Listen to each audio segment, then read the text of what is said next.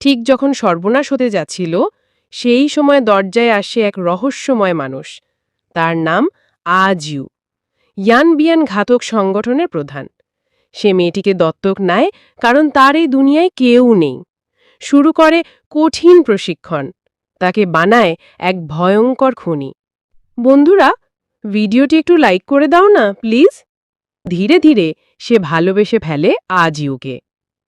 আজিউ প্রথমে বিষয়টা এড়িয়ে যেতে চায়, তবু সুশীর চোখে ভালোবাসা স্পষ্ট হয়ে ওঠে। তখনই এক খবর, তার বাবার খুনি দেশে ফিরে এসেছে। রওনা হয় প্রতিশোধ নিতে। কিন্তু সে পড়ে যায় এক মারাত্মক ফাঁদে। শত্রুরা ধরে ফেলে তাকে, তার শরীর ক্ষতবিক্ষত, তবু তার চোখে ভয় নেই।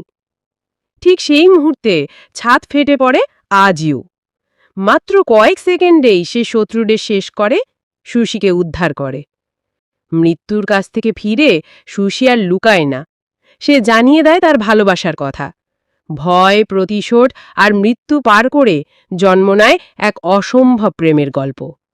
তারা বিয়ে করে। গল্পটা শেষ নয়, এইটাই শুরু। পরের পর্বে আমরা মূল গল্পে যাব। সাবস্ক্রাইব না করা থাকলে করে দাও, আমি কিন্তু প্রতিদিন ভিডিও আপলোড দিয়ে থাকি।